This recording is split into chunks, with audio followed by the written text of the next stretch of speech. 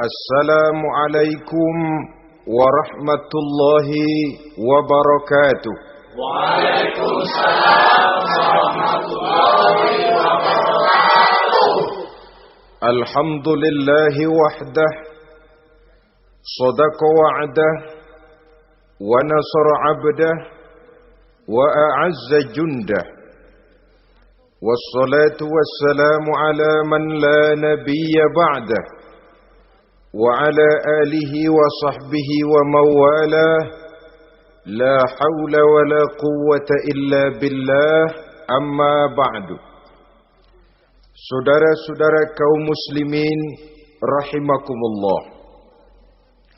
Seperti kita maklum bahwa Allah Subhanahu wa taala menciptakan manusia dan jin untuk melaksanakan ibadah kepadanya. Manusia yang ingkar terhadap perintah ini dinamakan dengan orang-orang kafir. Sedangkan jin yang mengingkari perintah ini dinamakan dengan setan atau syaitan dalam bahasa Qur'annya. Kemudian dalam perkembangannya, jin-jin yang kafir yang dinamakan setan ini bersekongkol dan menjadi bala tentaranya iblis untuk menggelincirkan manusia dengan berbagai macam cara dan jalan dari hal-hal yang diridhoi oleh Allah Subhanahu wa taala. Adapun yang namanya iblis pada hakikatnya cuma satu saja, yaitu yang ingkar kepada perintah Allah untuk sujud kepada Nabi Adam alaihi salam. Iblis inilah kemudian yang menjadi sesepuh, raja, biang atau dedengkotnya para setan. Seluruhnya akan tunduk kepada komando iblis, akan taat dan setia kepada perintah iblis untuk mencari teman yang sebanyak-banyaknya guna menemani mereka di neraka nanti. Maka mereka pun melakukan satu proklamasi yang bisa kita baca dalam surah Al-A'raf ayat 16 dan 17, di mana iblis dengan tegas menyatakan, qala fabima aghwaytani la aq'udanna lahum siratakal mustaqim. Wahai Allah, kata iblis, dari sebab engkau telah menghukum saya, dari sebab engkau telah mengusir saya dari surga, maka saya berjanji akan menipu, akan menggelincirkan mereka, Adam dan keturunannya, dari jalanmu yang lurus. Apa jalan yang lurus? Tidak lain Islam ini. Dengan segala cara dan jalan, iblis dan bala tentaranya akan berusaha menggelincirkan manusia dari jalan yang lurus. Caranya bagaimana? Ayat ke-17 menjawab, "Tsumma la'atiyannahum min ba'di aydihim." Akan kami datangi mereka, akan kami goda mereka dari arah sebelah depan. Kalau cara itu tidak kena, wa min khalfihim, kami goda mereka dari sebelah belakang. Andai kata cara itu pun tidak mempan, wa an aimanihim, dari arah sebelah kanan. Kalaupun itu gagal, wa an syama'ilihim, kami akan datang dari arah sebelah kiri. Pendeknya dari 4 penjuru angin, iblis dan seluruh bala tentaranya yang bernama setan belum akan puas sebelum kita tergelincir dari jalan yang lurus yang diridhoi oleh Allah Subhanahu wa taala. Sebagian ahli tafsir menjelaskan bahwa jika iblis menggoda dari arah depan, yang dimaksud dari depan ini adalah dunia. Sehingga manusia menjadikan dunia sebagai tujuan akhir dari seluruh kegiatan hidupnya. Ia pergi pagi, pulang sore, peras keringat, banting tulang, tidak ada yang dikejar kecuali dunia dan cuma untuk kepentingan dunia. Dunia yang membuat orang berpaling daripada akhirat. dunia yang membuat orang lupa kepada tujuan penciptaannya, maka dunia termasuk perangkap iblis. Apa isi dunia? Biasanya yang lazim itu 3 ta itu. Harta, tahta, wanita. Itu yang bikin orang jadi sibuk sampai lupa kepada tujuan penciptaannya. Untuk apa dia diciptakan oleh Allah? Ini wa'an mimbaini aidihim. Kami goda mereka dari arah depan dengan menyodorkan dunia dalam bentuk yang hijau ranau, dunia dalam bentuk yang manis sehingga mereka tenggelam di dalamnya lalu melupakan akhirat. Kalau cara itu juga tidak kena, wa min khalfihim, kami datang dari sebelah belakang. Kami lupakan mereka kepada akhirat. Itu mah urusan nanti bagaimana saja. Yang penting yang kita hadapi sekarang apa? Dunia. Akhirat kita belum tahu dan bahkan belum tentu ada. Yang sudah pasti saja kita garap. Melupakan akhirat. Wa an aimanihim, yang dimaksud dari arah sebelah kanan, iblis dan setan selalu menghalang-halangi manusia untuk berbuat kebaikan. Karena kanan adalah lambang kebajikan. Sedangkan ansyama'ilihim, kiri adalah lambang kejahatan. Dicegahnya kita berbuat kebajikan dan dibisikannya kita untuk selalu melakukan kejahatan dan kemunkaran. Wala tajidu aktsarahum syakirin, dan akan kamu dapati sedikit sekali di antara manusia yang bersyukur atas nikmat yang telah engkau berikan kepada mereka. Ditanamkan rasa ingkar kepada nikmat. Jika kita tidak kufur iman, dibuatnya kufur nikmat. Mengeluh padahal hidup sudah serba cukup, merasa masih sangat kurang padahal orang lain sudah titik air liurnya melihat keadaan kita. Sedikit sekali di antara mereka yang pandai bersyukur kepada nikmat yang telah engkau berikan itu, ya Allah. Jadi untuk ingkar nikmat, bisikan selalu datang dari iblis. Coba lihat itu, temanmu yang tidak pernah sholat, rezekinya lancar, kamu berhenti saja sholat. Yang tidak pernah ke masjid, pangkatnya naik terus, udah berhenti aja ke masjid. Atau setidak-tidaknya mengeluh dalam hati, Tuhan kayaknya tidak adil, kenapa saya rajin sholat kok rezeki seret bener. Padahal pada dasarnya kalau kita mau berpikir dalam bentuk yang paling mendasar, Allah selalu memberikan yang terbaik untuk kita. Jika begini keadaan kita, inilah yang terbaik buat kita menurut pertimbangan Allah. Jika kita menuntut lebih lagi, mungkin dengan keadaan yang lebih itu kita bisa tergelincir. Dan Allah lebih tahu itu. Sebagai pencipta manusia, Allah lebih tahu tentang kemungkinan-kemungkinan yang bisa didapat dan dicapai oleh manusia. Bahasa ringannya, rezeki lu segini aja deh, lu jadi rajin sholat. Kalau rezeki lu melebihan jadi orang kaya dikit, nanti ngelihat masjid minggir. Allah selalu memberikan yang terbaik kepada kita. Saudara-saudara kaum muslimin, adapun iblis dan setan sudah menyadari betul bahwa iblis dan setan tempatnya di akhirat nanti jelas neraka. Itu mereka sudah sadari betul. Maka yang mereka kepengen sekarang, bagaimana mencari teman sebanyak-banyaknya untuk menemani mereka di neraka nanti.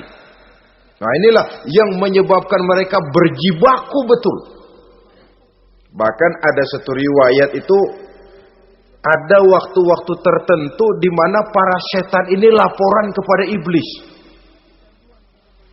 Kalau ada yang laporan gagal, bukan main marahnya si iblis ini selaku komandan. Kata setan, Pak, saya gagal menggoda si fulan karena imannya kuat. Goblok kamu. Dengan apa kamu goda dia? Dengan kedudukan. Dia tidak mau. tempuh dengan jalan lain, barangkali dengan harta. Kalau dengan harta tidak bisa, barangkali dengan wanita. Kalau dengan wanita tidak bisa, tempuh segala macam cara. Dan mereka yang laporannya enak, artinya berhasil menggoda banyak orang-orang beriman, itu konditenya naik. Bahkan mendapat semacam piagam penghargaan sebagai kadar militan daripada iblis.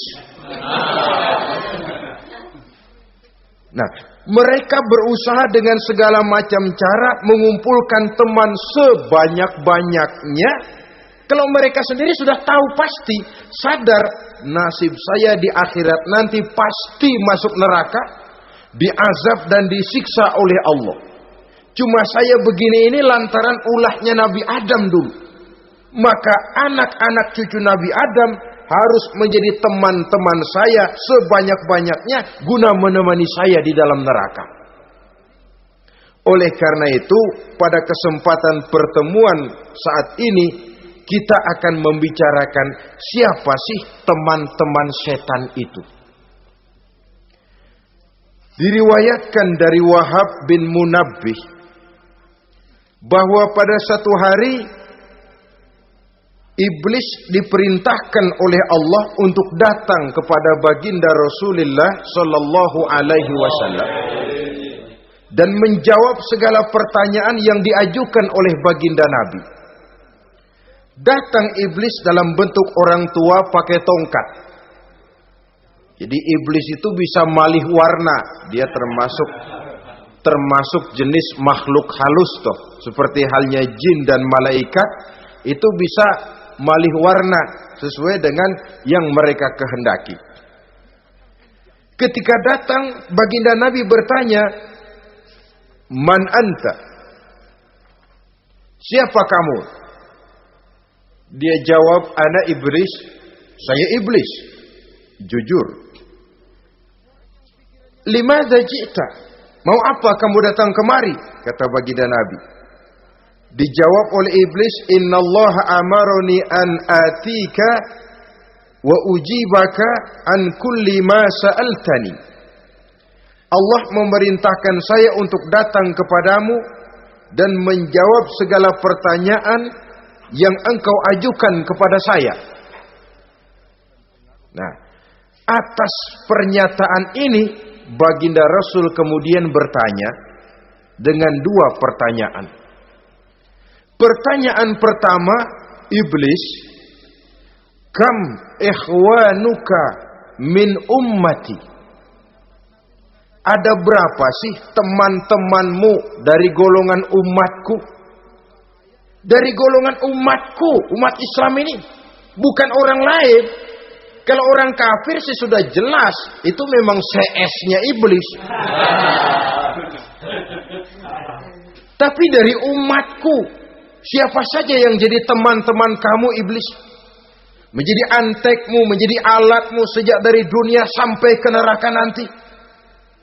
Atas pertanyaan ini iblis menjawab, "Teman-teman saya dari golongan umatmu ya Muhammad, asyarun, ada 10 orang.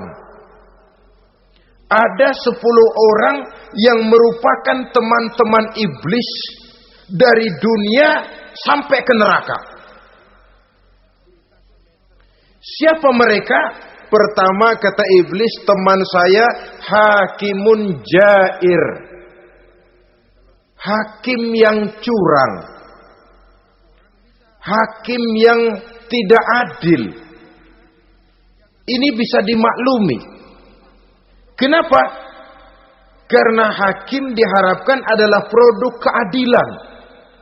Sehingga orang mengatakan seorang hakim adalah seorang yang meletakkan sebelah kakinya di surga dan sebelah lagi di neraka. Kalau adil dia menghukum, kaki sebelah kanan yang akan menentukannya ke surga. Kalau licik dia menghukum, kaki sebelah kiri yang akan menjerumuskan dia ke dalam neraka. Saudara-saudara kaum muslimin rahimakumullah. Sesungguhnya dalam kehidupan, Kurangnya sandang pangan bukan satunya-satunya sebab yang membuat orang menderita. Tidak teraturnya perumahan, kurangnya lapangan kerja bukan satu-satunya yang menyebabkan rakyat menderita. Tapi lukanya rasa keadilan. Tidak tegaknya hukum sebagaimana yang diharapkan. Itu juga bisa menjadi sumber nestapa, bisa menjadi asal dari segala derita. Oleh karena itu, hakim yang tidak adil, hakim yang curang, yang menghukum tidak berdasarkan hukum, tapi berdasarkan kepentingan, berdasarkan pesan sponsor, hukum bisa dibeli, ada istilah mafia peradilan. Hakim-hakim macam ini yang akan menjadi teman-teman iblis. Dan tiap kali palu akan diketuk, iblis sudah bukan main sibuknya. Kekuasaan di tanganmu, hijau katamu, hijau yang akan berlaku, merah kau ketok, merah yang akan jadi keputusan. Orang lain tidak tahu ini kesempatan untuk jadi kaya, ini kesempatan untuk naik pangkat. Manipulir hukum tidak ada yang tahu karena orang banyak yang awam dengan hukum. Saudara-saudara kaum muslimin, kalau hukum sudah bisa dibeli, atau kalau hukum cuma untuk orang-orang kecil saja, ada kelompok-kelompok yang kebal hukum, maka akan timbullah kiamat di masyarakat, di mana yang kuat makin kuat, yang lemah selalu menjadi mangsa. Oleh karenanya, hakim yang serong, hakim yang durjana merupakan teman-teman setan, merupakan teman-teman iblis dari dunia sampai ke neraka nanti. Ini yang pertama. Oleh karenanya, pada dasarnya setiap kita adalah hakim. Untuk keluarga, dalam pergaulan, hendaklah adil di dalam memutuskan segala sesuatu. Lebih-lebih hakim yang memang menjadi pengayom masyarakat. Bukankah lambang para hakim digambarkan dalam bentuk neraca yang berimbang? Tidak berat ke kiri, tidak juga berat ke kanan. Dalam arti objektif memberikan keputusan sesuai dengan hukum. Sehingga masyarakat terlindungi. Dan hakim yang adil secara praktis adalah musuh daripada setan. Dimanapun setan dan iblis paling gak demen sama hakim yang adil. Itu merupakan musuh besar bagi setan. Yang menyalahkan yang salah, membenarkan yang benar. Walaupun yang salah orang besar, yang benar orang kecil. Dan kita memang oleh baginda Nabi diajarkan satu doa. Allahumma arinal haqqa haqqa warzuqna tiba'ah. Ya Allah, perlihatkan kepada kami bahwa yang benar itu benar. Sebab sering kita lihat yang benar jadi tidak benar. Ini memerlukan kekuatan batin. Yang benar tampakkan kepada kami kebenarannya ya Allah. Sebab sekarang banyak ketidakbenaran yang dikamuflase. Banyak ketidakbenaran yang diberikan lipstick. Sehingga kelihatannya menjadi benar. Ini baik doa ini saya pikir dibaca oleh para hakim. Allahumma arinal haqqa haqqa. Ya Allah, perlihatkan kepada saya bahwa yang benar itu benar. Dan tidak cuma sekedar itu. Warzuqnit tiba'ah. Berikan kekuatan kepada saya untuk mengikuti kebenaran itu. Sebab kadang-kadang terjadi juga dia tahu yang benar itu benar. Tapi tidak punya keberanian moral untuk mengatakan bahwa itu benar. Dia tahu itu barang yang hak. Tapi tidak terpanggil mengikuti yang hak. Tidak punya kekuatan moral untuk mengikutinya. Lalu doa ini pun disambung. Wa arinal batila batilan. Warzuqna ijtinabah. Wahai Allah, perlihatkan kepada kami bahwa yang batil adalah batil. Bahwa yang salah adalah salah. Bahwa yang munkar adalah munkar. Berikan kepada kami kekuatan untuk menjauhi yang munkar, yang batil, yang zalim. Saudara-saudara kaum muslimin rahimakumullah. Kita sering mencaci kaum pelacur sebagai sampah masyarakat. Tapi sadarkah kita bahwa pelacuran di bidang hukum, pelacuran di bidang intelektual, kadang-kadang pelacuran di bidang agama, dalam arti menjual ayat untuk membela yang salah dan menekan yang benar, ini juga tidak kalah bahayanya dengan prostitusi, pelacur-pelacur yang kita anggap sebagai sampah daripada kehidupan masyarakat itu. Oleh karenanya, maka hakim yang adil merupakan musuh utama daripada iblis dan setan. Mereka akan sibuk sekali kalau seorang hakim sudah berketetapan untuk melahirkan keputusan hukum yang seadil-adilnya. Ini yang pertama, teman setan adalah hakim yang nyeleweng, yang tidak adil.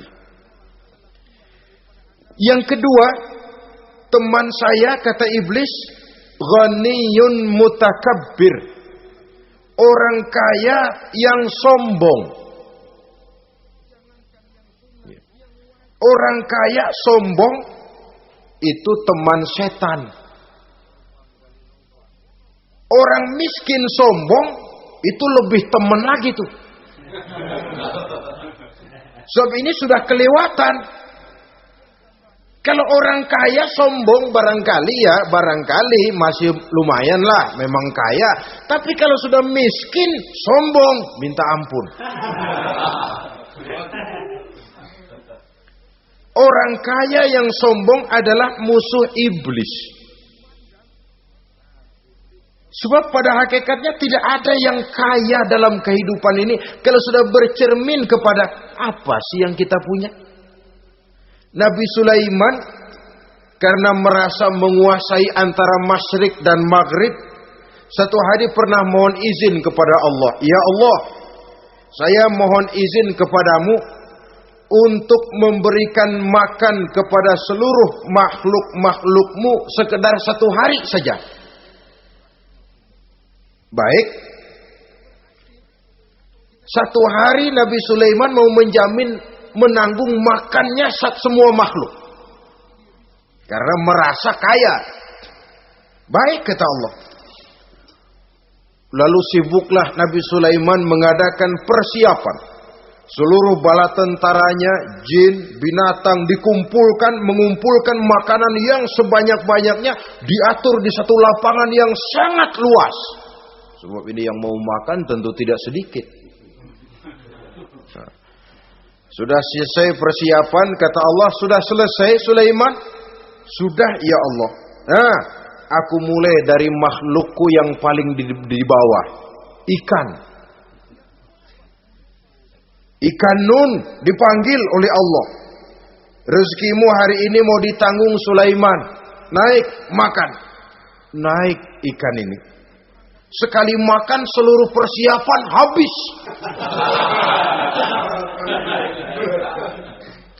Goleng kepala Nabi Sulaiman, beliau sadar lalu sujud, maha kaya engkau ya Allah. Boro-boro nanggung makanan semua makhluk hidup sehari, ikan satu nggak keurusan. Ini baru sekali makan, bagaimana nambahnya? Jadi apa sih yang kita anggap kaya ini? Maka orang kaya yang sombong pada hakikatnya kacang yang lupa akan kulitnya. Tidak ada yang kita bawa pada saat kita terlahir ke alam ini. Sebagaimana juga tidak ada yang kita bawa pada saat kita meninggalkan alam ini. Harta kita akan pindah nama. Sebab itu yang perlu kita jaga pada hakikatnya tidak lain nilai-nilai iman. Sebab ini yang akan kita bawa. Cuma ironinya, karena iman itu abstrak, bukan benda, orang yang kehilangan iman tidak pernah ribut. Sebaliknya karena harta itu materi, benda konkret, orang yang kehilangan harta cepat merasa, cepat ribut. Motor hilang, ribut. Kenapa? Motor itu benda, kelihatan. Duit hilang, ribut. Televisi hilang, ribut. Kenapa? Benda. Tapi kalau iman yang hilang, wah kelihatannya tenang-tenang saja, Pak.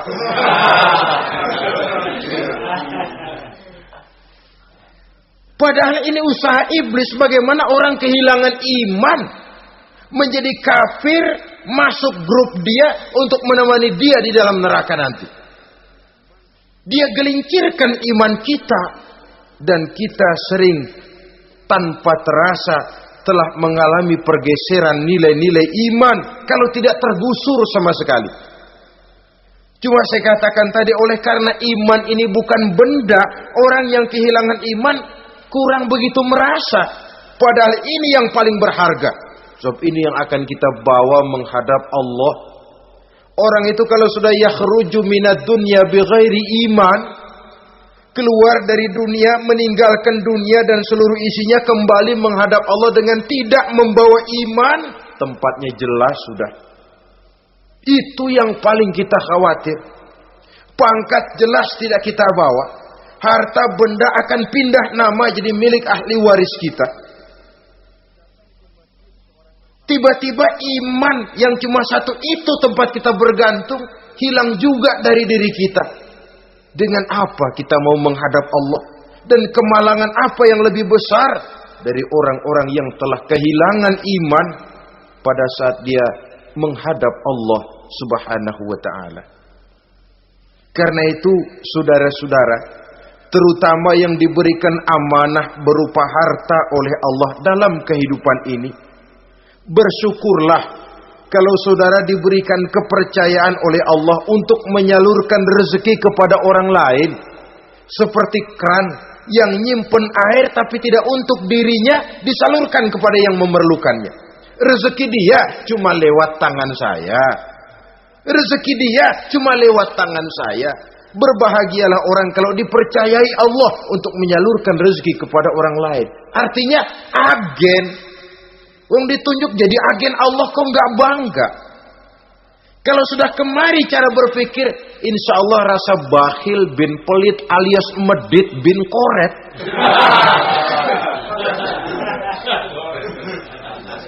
Itu insya Allah nggak ada. Kan kadang kita berpikir, yang nyari duit gue setengah mati, lu datang-datang mau minta aja pala lu. Kan itu toh kadang-kadang cara kita berpikir. Ya boleh jadi lalu terasa berat. Tapi kalau kembali kepada kesadaran, barangkali alhamdulillah rezeki dia cuma lewat tangan saya. Kalau saya nggak ngasih dia, barangkali nggak semudah ini saya dapat rezeki. Allah mudahkan rezeki saya karena saya sering membantu orang-orang yang memang memerlukannya. Andai kata saya nggak membantu mereka, belum tentu rezeki selancar ini. Tidak lalu enak aja. Peras keringat gua banting tulang, pergi pagi pulang sore, lu datang-datang nada aja. Berbahagialah orang jikalau sekali lagi dia dijadikan agen oleh Allah untuk menyalurkan rezeki kepada mereka yang memang memerlukannya. Kalau tidak ke arah itu kita berpikir, yang timbul bakhil. Bakhil lalu bermegah-megah dengan hartanya, timbul kesombongan. Senang lihat orang susah, lalu dia sendiri dengan hartanya cuma to show only, pameran. Lewat di kampung senang kalau orang melotot, lihat mobilnya yang serba mengkilap, sepatunya yang serba mahal. Senang kalau wah, semua gaya hidupnya serba jet set, wah. Senang betul kalau melihat orang sudah serba bengong lihat keadaan dia. Timbul takaburnya, sombongnya, ngenyek kepada yang lain. Maka orang kaya yang sombong, teman iblis, teman setan. Setan senang betul. Sebaliknya secara praktis, orang kaya yang rendah hati adalah musuh iblis. Saudara-saudara kaum muslimin rahimakumullah. Lain memang. Kalau kita diberikan ilmu di akhirat nanti, pertanyaan cuma satu, ilmumu kau amalkan untuk apa? Kalau kita diberikan umur panjang, pertanyaan akhirat satu saja. Umurmu kau habiskan di mana? Tapi kalau sudah harta diberikan kepada kita, pertanyaan akhirat dua. Min aina iktasabahu